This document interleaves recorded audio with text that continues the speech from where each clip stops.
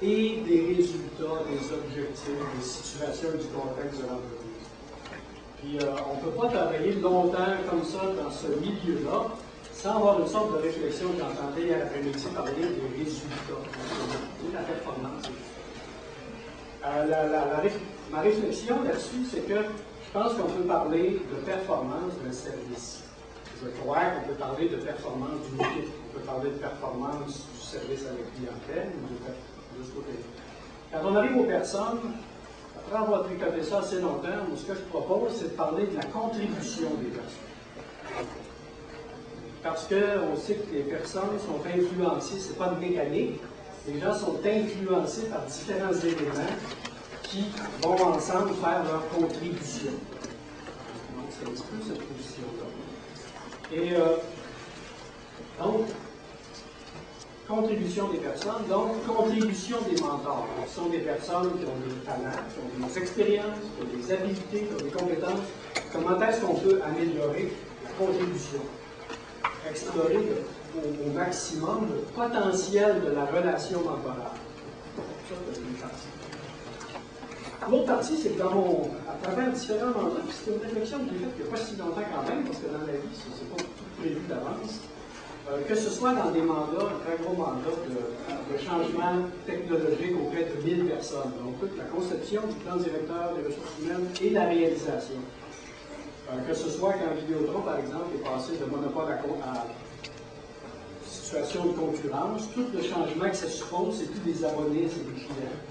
Donc, tout le repensing de la tâche des spécialistes techniques qui vont dans les maisons, avec la partie syndicale, patronale, les gens, les parties un autre, avec AgroPur, la structure de formateurs pour les nouveaux employés. Ça aussi, c'est un défi de nouveaux employés qui changent de poste, implanter une formation structurée à l'intérieur des entreprises. Et finalement, un tout petit mandat qui m'a amené à réfléchir beaucoup, c'est l'accompagnement au retour au travail d'un cadre accusé d'harcèlement sexuel. Pour accompagner, il faut accompagner, être avec. Et pour ne pas être complaisant, il faut savoir confronter. C'est un tout petit mandat, mais qui m'a amené beaucoup. Ce qui m'amène, c'est quoi le lien avec les mentors? À clarifier le chapeau qu'on porte. On peut être gestionnaire, on peut être spécialiste en pédagogie, on peut être confrère de travail, mais ce n'est pas les mêmes chapeaux. Et dans l'occasion, donc, de vraiment réfléchir quel chapeau je porte. Je suis mentor de 3 jeunes entrepreneurs. En revanche, je suis mentor, je ne suis pas consultant. C'est des chapeaux. Une quatrième considération, c'est que, je ne sais pas si vous êtes d'accord avec ça, mais si je vous dis qu'aider, c'est pas facile. On peut dire aider, c'est facile, il suffit de rencontrer quelqu'un qui va donner un bon mot. On a vu une vidéo hier, c'est intéressant, tu croises quelqu'un qui t'aide. Le parallèle que je ferais, c'est un peu d'un côté. Si on parle d'une rencontre homme-femme, homme-homme, femme-homme, ou l'autre qui est un peu une catégorie flouée.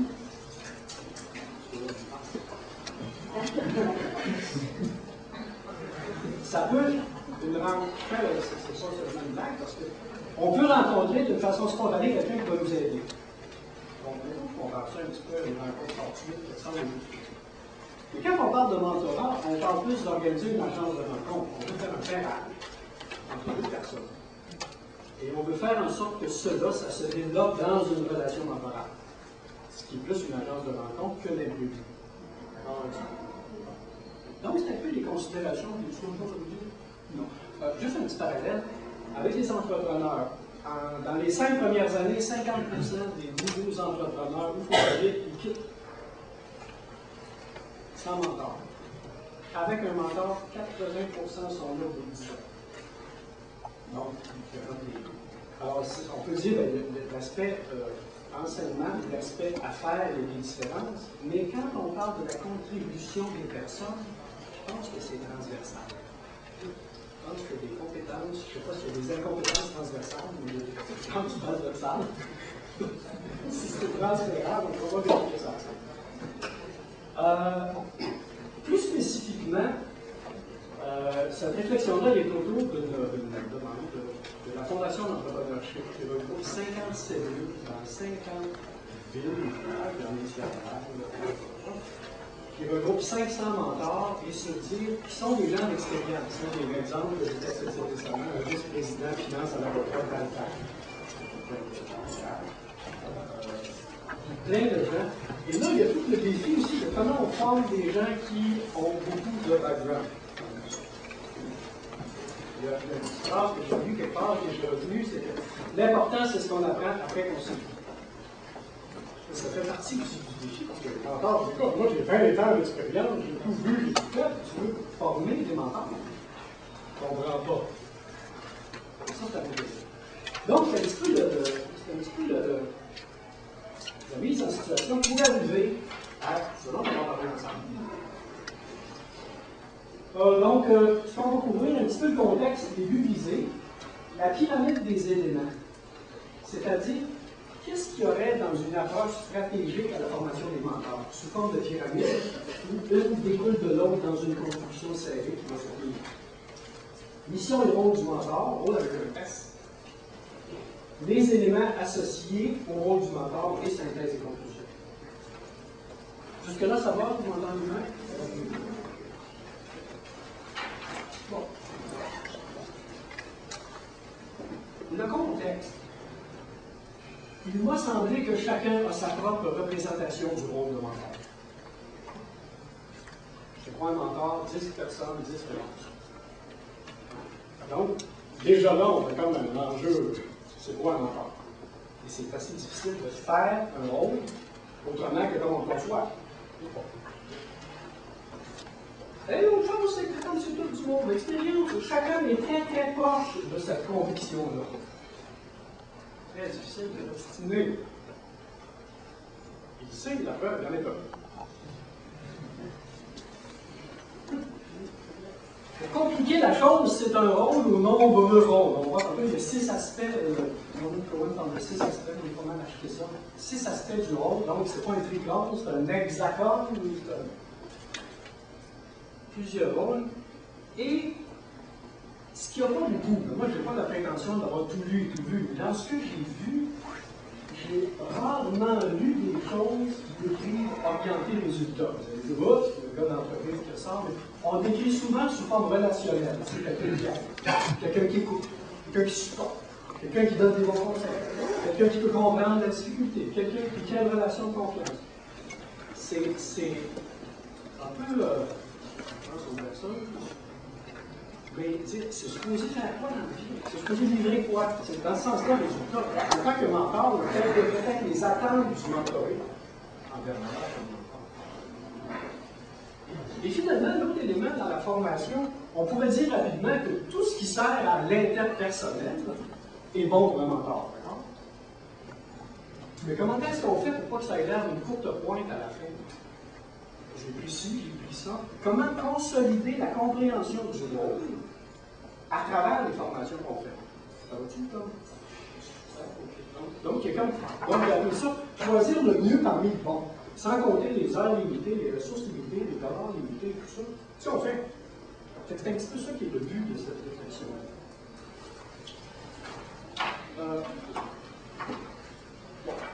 Ça, c'est le contexte. 3 buts. Développer un modèle facilitant la représentation claire. Il me semble, justement, si on parle de contribution, que la représentation qu'on se fait de quelque chose est très importante dans notre efficacité à le livrer. Par exemple, mieux je me représente mon rôle par rapport à vous ce matin, ça va faire comme un sort des différentes habiletés que je peux avoir pour livrer quelque chose qui correspond à ça. D'accord avec ça? Donc, la représentation, ça va paraître très, très, très important. Comment est-ce qu'on se représente? Le rôle de mentor. Et là, on n'a même pas besoin de donner un cours de plus. Déjà, si ma représentation est plus claire, je viens d'améliorer ma contribution. Positionner le modèle sur un axe stratégique. Ça veut dire quoi, c'est un axe stratégique? C'est quoi le mot stratégique? Qu'est-ce qu'il y a dans un plan stratégique, une réflexion stratégique? Dans le fond, c'est d'aligner sur la mission, avec le niveau d'objectif qu'on essaie d'avoir. C'est stratégique si c'est aligné, donc ça suppose qu'il y a une mission. Curieusement, tantôt on va en parler, j'en ai pas vu une mission du mentor. Je crois qu'il n'y en a pas. J'en ai pas trouvé dans ce que j'ai vu. Je n'ai pas tout lu. Et finalement, ben, ça va permettre ça, de raffiner l'identification des habiletés requises. Voici la petite pyramide stratégique que je vous propose. C'est inspiré de. On parlait de la question des plans stratégiques, tout ça. Dans le fond, en haut, la mission. C'est quoi la mission du mentor? Deuxièmement, c'est quoi ses rôles? Et vous voyez déjà que ce qu'on va définir comme mission, c'est clé parce que tout le reste est aligné vers ça. C'est quoi ses rôles? Quels sont les résultats attendus dans chaque rôle? C'est-à-dire, à quoi je suis supposé m'attendre de chacun des rôles du mentor en tant que mentor? Quelles sont les attitudes du mentor? Les habiletés? L'aspect auto-évaluation, parce que dans l'aspect auto-évaluation, c'est comme moi qui réfléchis sur mes habiletés. Alors, en lisant une question d'évaluation, ça peut dire au mentor, ah, je devrais faire ça. Déjà là, il n'y a pas suivi un cours, il y a quelque chose qui a ajusté. Ou, oups, je ne pensais pas que c'était important, mais oups, au pied d'aller, je ne suis pas très aimé dans ça. Et finalement, quelques attitudes du mentoré qui vont aider le mentoré à profiter de la relation mentorale. Il me semble que quand on a ces éléments-là, si tout ça se tient, puis on est d'accord, on est bien parti pour faire des choses qui vont livrer les choses. Ça va toujours, mon début? Bon, allons-y avec un petit peu la viande. Pour mémoire, ma mission, c'est quoi? C'est la raison d'être. Tout ça pour pouvoir qu'il existe. Comme on dit, s'il ne fait pas ça, là, il n'existe pas, il existe pas. Qu'existait-je?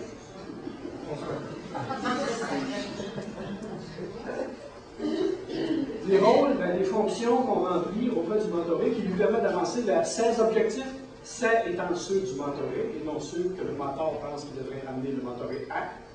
Il y a aussi un jeu. J'essaie d'amener mon mentoré à.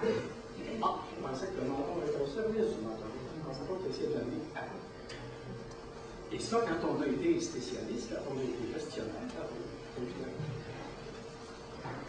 et résultat de ce que le mentoré peut attendre du mentor.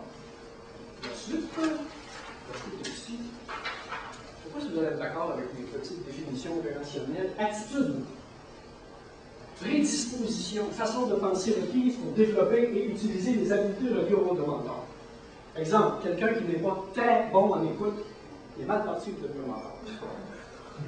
Quand c'est le mentor qui parle plus que 30% de la conversation mentorale, on n'est pas en voiture. Et là, quel coup tu donnes à quelqu'un qui ne peut pas pour t'écouter, ça dépasse souvent le budget disponible. Donc, c'est assez difficile pour quelqu'un de ne pas écouter et de devenir mentor. Moi, globalement, j'ai mis dans l'attitude tout ce que la formation n'a pas envie de montrer, ou qui est trop tard s'il n'a pas connu ça après ça. Récapture un peu, là. L'usabilité, ce que le mentor doit être capable de faire. Grille d'auto-évaluation, une sorte de tableau de bord qui permet au mentor de mesurer comment il occupe le terrain dans chacun des rôles. Comme chausser un aspect du rôle. Il peut être très fort sur un aspect, moins fort sur l'autre. De se donner une idée de comment. Et finalement, les attitudes du mentoré de la prédisposition pour pouvoir profiter et construire. Bon. Allons-y avec la mission du mentor.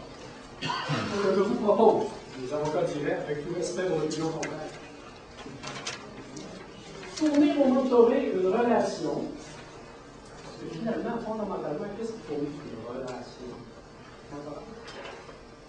Qu'il désire utiliser, que le mentoré désire utiliser comme tremplin pour progresser dans son projet, on pourrait dire tout simplement, quelqu'un dirait dans son projet de devenir un meilleur enseignant.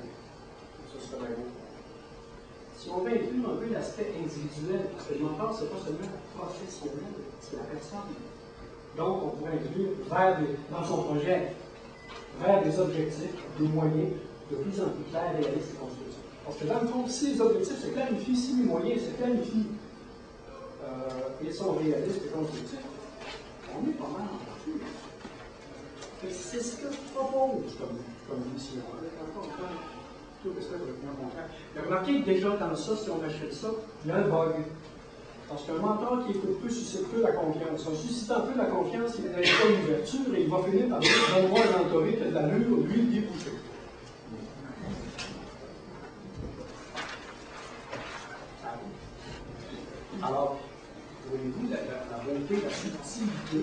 c'est qu'il désire utiliser comme tremplin. Donc, ce que tu nous proposes, c'est le mentoring qui a le contrôle, il doit désirer d'utiliser ça comme tremplin. Alors, dans le fond, la question, là, c'est pas, je ne sais pas d'où vendre ça, c'est simplement dire, c'est quel énoncé qui va favoriser la compréhension la plus juste de la raison d'être du mentor. 6 rôles. On va les passer, là, un à l'autre. Parce que dans la présentation, j'ai focusé plus sur un, comme il s'appelle confrontation, parce que il n'y a pas suffisamment de temps pour faire. 6 rôles. Qui sont, ça, c'est mon nom pour vous. Relationnel, informationnel, de facilitation, de confrontation, de modèle, de transformation. Vite dit, ce qu'on observe, c'est que les principaux rôles utilisés sont A et B. Globalement. Il y a comme par un heureux hasard du quelqu'un peut être modèle. Et pour être modèle, ça suppose une très bonne confiance dans une capacité relationnelle. Et ça suppose qu'on sait doser. On ne plug pas les belles choses qu'on a faites dans sa vie. Tout le temps, en pensant qu'on devient modèle. Et la relationnelle suppose exige et exigé pour le confrontation. Mais globalement, c'est plus du AB. ABC, là, avec l'autre comme un assaisonnement qui arrive comme ça, qu'on sait pas trop comment faire arriver. Parce que l'enjeu, c'est pas juste que ça arrive, hein. Par hasard, on veut le faire arriver. Alors, si on est prêt, oui, excusez-moi. Ah, je vais. En plus, close up. Donc, le mot.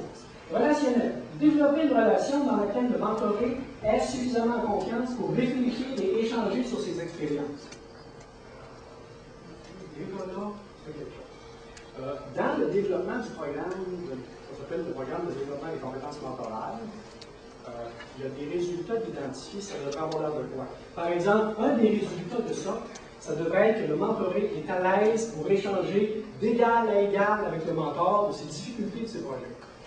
Versus gros M majuscule pour le mentor et petit m minuscule pour le mentor. Donc ça, c'est un résultat. Et le principal indicateur qu'on va trouver en tutoriel avec des groupes, il faut que je l'ouvre d'analyse de situation de travail, c'est l'ouverture du mentoré. Une espèce de thermomètre, c'est l'ouverture du mentoré. Donc, quand le mentoré s'ouvre moins, rentre moins dans les vraies affaires, c'est parce que le mentor n'a pas réussi à créer une relation. C'est sûr que tout le monde ne s'ouvre pas de la même façon, mais et la belle question à poser à des mentors, c'est qui est responsable de créer la relation de confiance? Il y a 2 types de réponses. C'est nous deux. Ça, c'est personne, mais c'est surtout pour moi. Si ça ne marche pas, ça va être l'autre. Et si c'est moi, bien là, j'endosse la responsabilité qui va avec la mission de partout. C'est comme le gars qui déménage toujours entre 2 mauvais projets. Pas chanceux. Et on voit ça dans l'entrepreneurship, on voit des mentors qui se 2 mentorés qui ont, puis les 2 ont des espèces de malaise. Non, c'est qui?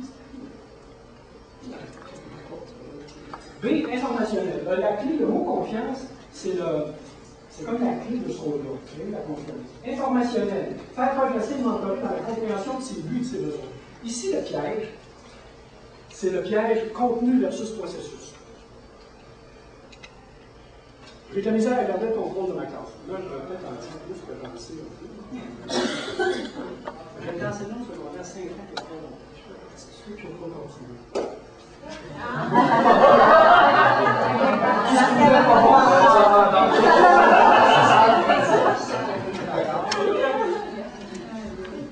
Ici, le piège, c'est que par déformation professionnelle, le mentor est habitué à chercher des solutions. Il devient alors un expert à bon marché. Le focus du mentor, c'est le processus, c'est la personne qui vit le problème. Les élèves ne participent pas à mes activités. Je peux savoir que c'est parce qu'elle ne leur passe jamais la parole. aux autres.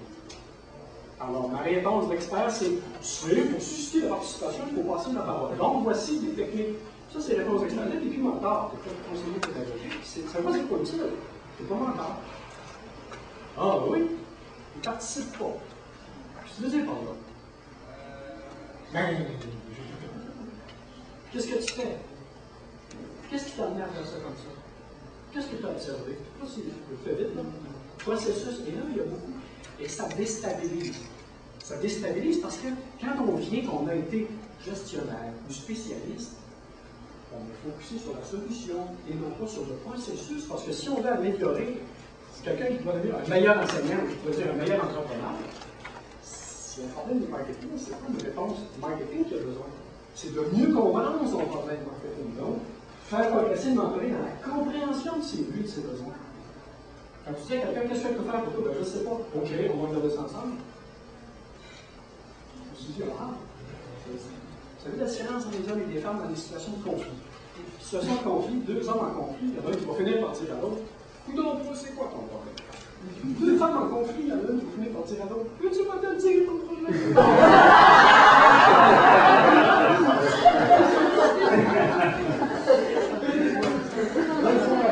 Elle me rachète un peu. La mairesse d'Ottawa, la chambre de dit c'est vrai que pour réussir aussi bien qu'un homme, il faut qu'une femme soit 2 fois meilleure. Heureusement, c'est pas difficile. Je me sens mieux. Donc, ça, c'était l'enjeu expert versus processus. L'aspect facilitation, l'aspect qui amène des alternatives, amène le mentoré à remettre en question ses idées, ses croyances et à considérer des options et des stratégies de rechange. Oui, non, mais on voit que on ne peut pas arriver là sans que les deux autres soient là. C'est là la chose. Oui, là, ça, on n'est plus. Déjà, là, remettre en question. Ah, je vois tout ça pareil. Recadrer. Ah. Les 3 autres. Celui qu'on va regarder un petit peu plus tantôt, c'est confrontation. Presque peut pas utiliser difficilement. Ah oui, un mentor, ça confronte? Bien sûr. Bien sûr. Amener le mentoré à respecter ses engagements et ses décisions, pas ceux que je lui ai dit. C'est le mentor qui dit, je lui ai dit qu'il fallait qu'il fasse ça, parce que le prochain rencontre, il ne l'a pas fait, parce que je fais avec. C'est vraiment la même chose. Mais non, c'est lui qui ne fait pas. Ah, mais le droit de mentoré que j'avais eu. Amener le mentoré à respecter ses engagements et ses décisions et à reconnaître ses stratégies inadéquates. Une autre façon de le dire, ça serait d'amener le mentoré à reconnaître ses attitudes et comportements qui nuisent à l'atteinte de ses propres objectifs. Ah, j'ai tout fait pour faire ça, j'ai tout essayé. Comment ça que c'est pas déjà réglé d'abord? Confrontation. Oh, c'est parce qu'ils veulent rien savoir, ces enfants-là. Donc, si je comprends bien, tu dis que c'est de la faute des enfants. Qu'est-ce qui fait dire ça? De nous, confrontation. Un rôle de modèle, amener le mentoré à avoir d'autres horizons en partageant avec lui des expériences pertinentes, souligner pertinentes et en pas le néguer dans notre vaste et riche et merveilleuse expérience.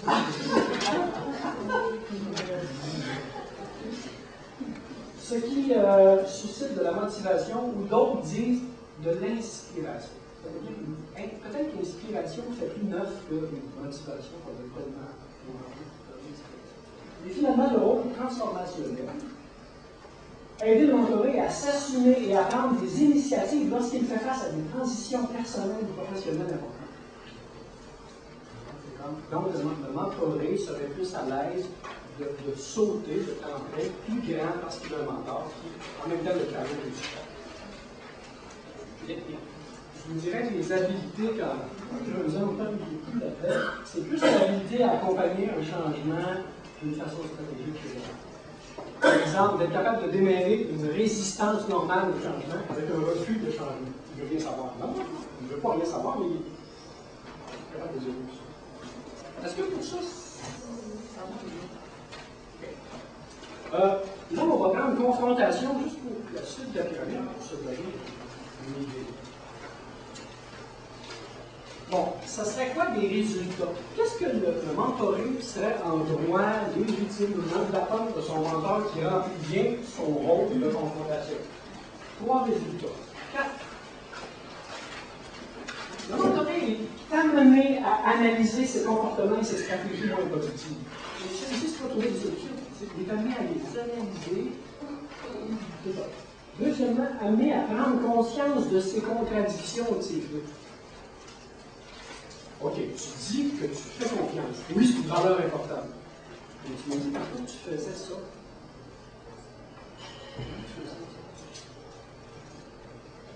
Pourquoi tu essaies de me faire dire? Je ne sais pas. Pas déconner. Le mentoré devient conscient de ses besoins de changer. Et finalement, il se sent appuyé dans le changement de par la confiance que lui reflète le mentor. On dit que le type de feedback, dans la confrontation, c'est un feedback qui est plus axé sur le changement. Parce qu'on est habitué de dire oui, non, tu sais, ça va bien, il y a ça, il y a ça, l'équilibre de feedback. Là, normalement, il y a suffisamment de confiance que l'équilibre de feedback n'est pas nécessaire parce que c'est comme un zoom. Et là, bien, selon quand ça décroche, et quand c'est sur le bord de décrocher, là, il peut y avoir un abus. Comme un exemple, dans 3 mentorés, le une mentoré qui je parlais avec un ami, ça aussi, la relation de dépannage versus la relation de mentorat. La relation de mentorat de c'est plus du dépannage. À quel point mentorat? Ça ne veut pas dire qu'il peut pas avoir de ça, mais si c'est ça qui drame la relation, on n'est pas dans une relation de mentorage. Mais je crois que peu de gens comprennent vraiment c'est quoi le mentorat. Donc, même quand on dit le mot mentor mutuellement, le mentoré ne sait pas dans quoi il s'embarque, le mentor le sait à peine. Et le mentor peut expliquer tout ça, c'est comme mettre ses valeurs sur un mur, puis il va arriver, il va jouer l'expert. Donc, il dit oh, je vais expliquer le rôle du mentor. Oui, mais tu fais l'expert. Le mentoré, 15 employés, 27 ans, 3 associés gars, pas facile. Et à un moment donné, il y avait beaucoup de. Il y avait beaucoup de difficultés. Puis il y en avait une, c'est le principal joueur pensait à quitter puis voulait avoir une augmentation de ses actions. Se sent appuyé dans le changement. Ce gars était toute consciente des choses avancées. Là, j'ai dit, écoute, moi je pense que ce que je vois, c'est qu'il y a eu plusieurs situations de crise depuis 6-7 mois. On les a regardées ensemble, tu as construit des choses, tu les as faites. Ben, je pense que tu devrais être capable encore, normalement. On se reparle une semaine et demie après, c'est ce que tu dis. J'ai pensé à ça, c'est vrai que j'ai traversé plusieurs situations de crise déjà à peu près 6 mois, mais je pense que si je vivrais comme vous, je devrais être capable de passer dans la salle. Et je n'ai pas demandé, mais je ne crois pas qu'elle aurait dit que c'est moi qui avais dit ça. Je n'ai pas demandé.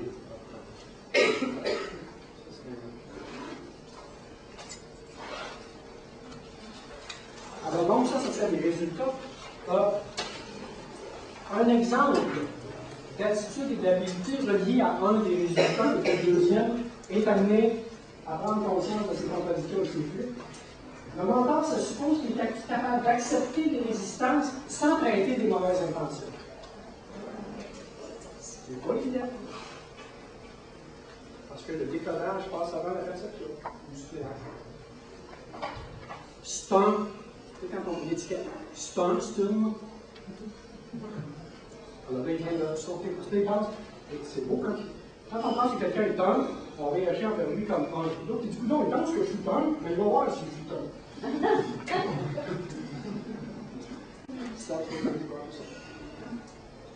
Accepter donc les résistances sans prêter de mauvaise intention et reconnaître ses préoccupations face à l'impact de la confrontation sur la relation.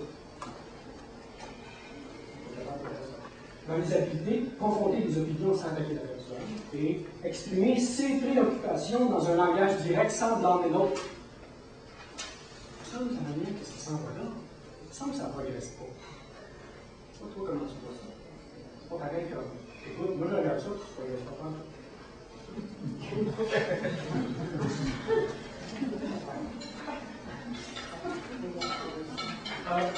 Élément d'évaluation. Par exemple, il pourrait y avoir une vingtaine de questions, dont 3 seraient, le mentor est assis avec son moi-même. Je mentionne au mentoré les inconsistances de ces affirmations lorsqu'ils cherchent à rationaliser des plans qui n'ont pas fonctionné. C'est parce que, comme ça, souvent, beaucoup passionnément, un peu. Je confronte directement le mentoré au sujet des conséquences négatives qui surviendraient s'il persistait à ne pas décider de traiter certains problèmes. Je questionne les décisions et actions du mentoré lorsque les pistes d'action envisagées m'apparaissent inappropriées. L'expert va dire c'est pas correct. Le mentor va dire ça me réagit un peu ce que tu dis. Alors, synthèse et conclusion, et la dernière question qui est condition gagnante. En fait, l'idée de ça, et s'il y en a qui s'intéressent, j'ai apporté d'autres documents comme les résultats par rôle et les compétences. Je vais revenir sur les compétences, c'est des composantes des compétences et les critères de performance de compétences de mentor.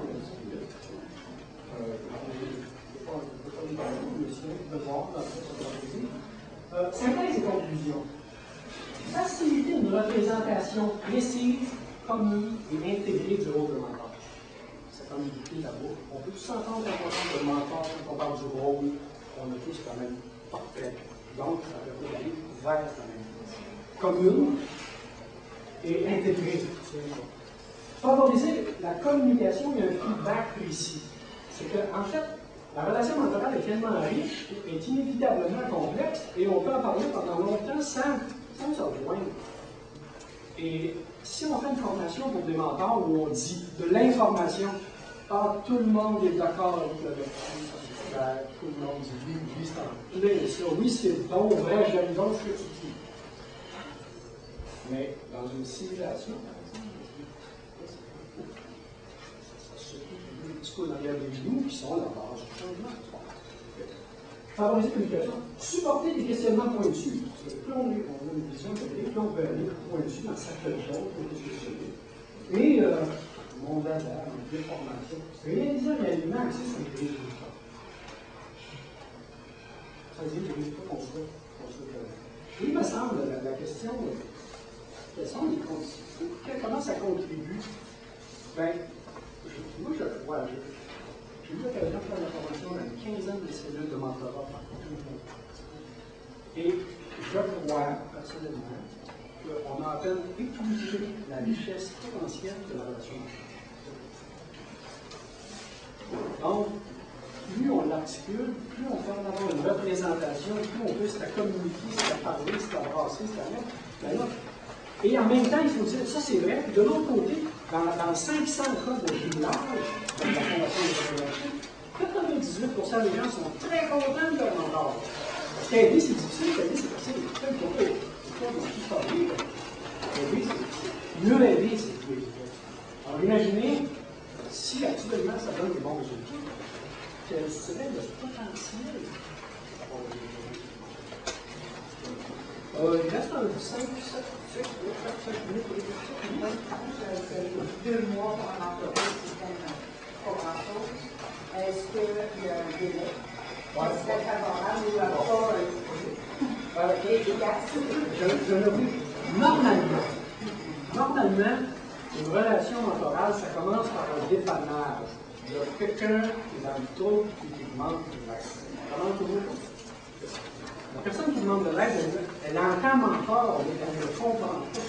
Souvent, le mentor non. Donc, il va sembler identifier 4 parties de la relation. La première, c'est on part avec ce qu'on appelle la situation déclencheur. Et normalement, si on veut partir avec ça, juste au point de vue des rencontres, ça peut être une fois par semaine. Parce qu'il faut comme bâtir, on ne peut pas bâtir le poste de une fois par mois. Et quand on dit qu'on n'a pas vu un ami pendant 10 ans, et quand on le revoit, c'est encore un ami, c'est parce qu'on s'est vu avant. Donc ça serait le déclencheur. Souvent, le déclencheur, c'est pas le besoin véritable. Donc, la deuxième partie de la relation mentorale, c'est passer du déclencheur au besoin véritable. Parce que souvent, c'est un symptôme. C'est un symptôme, c'est pas grave. Comme une mal de tête, est-ce que c'est un problème, un symptôme? Un symptôme, c'est vrai, problème.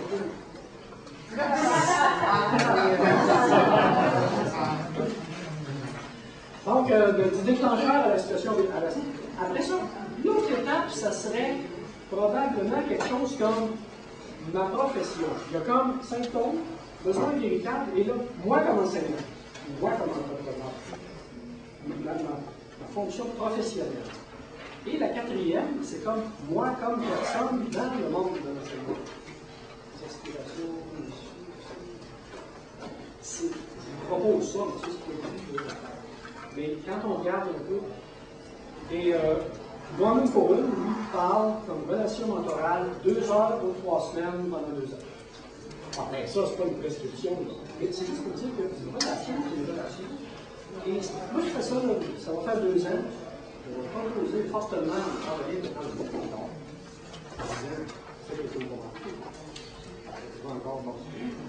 Mais ce que je voulais surtout dire, c'est que si on est dans peu de temps, inévitablement, on est plus dans le démarrage. Et ça fait 1 an et demi que je travaille une pandémie qui m'a dit je fais de l'angoisse. Je trouve que j'ai de la misère à prendre des décisions que je reporte. Je réalise que ça a des impacts sur mon entreprise. Je ne dis pas ça la 3e fois. Je me vois le faire pour dire. Là, je me dis, 1 an et demi, c'était pas réussi. Je me dis, dire ça, c'est ça. La relation en famille. Là, il y a plus de cas d'espèce. C'est pas grave. Dernière question.